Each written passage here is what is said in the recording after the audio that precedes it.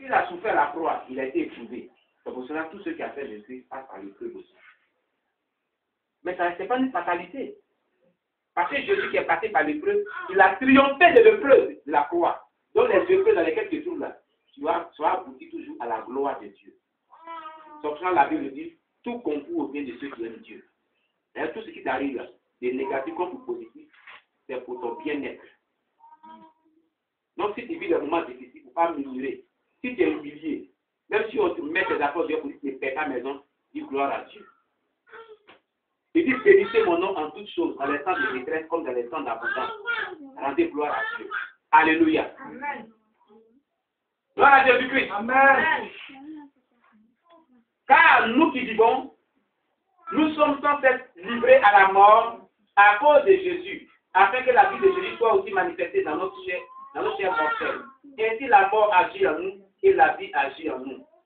Et comme nous avons le même esprit de foi qui est exprimé dans cette parole de l'Église, j'ai cru, c'est pourquoi j'ai parlé. Nous aussi, nous croyons et c'est pour cela que nous parlons.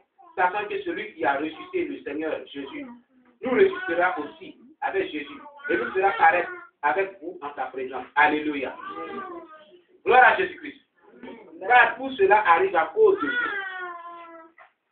Toutes ces épreuves arrivent dans la vie des chrétiens et dans la vie des hommes de Dieu. C'est ça qu'il parlait à cause de vous. Il parlait des chrétiens. C'est à cause des chrétiens que Dieu éprouve les hommes de Dieu. Amen. C'est à cause des chrétiens que Dieu éprouve les hommes de Dieu.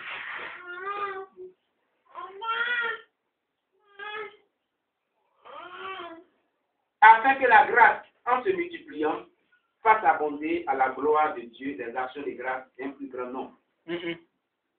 Alléluia.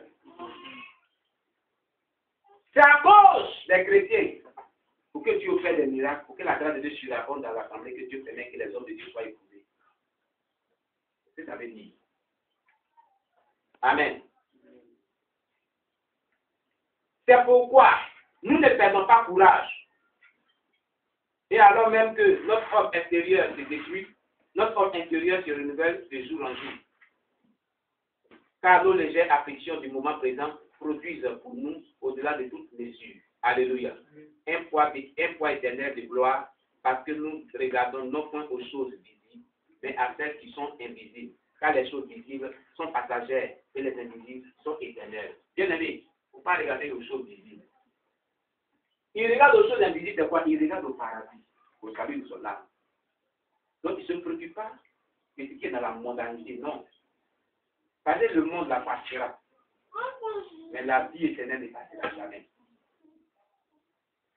C'est pour cela, Paul doit dire dans le livre Romain, affectionnez-vous aux choses en haut, et non pas celles qui sont sur la terre.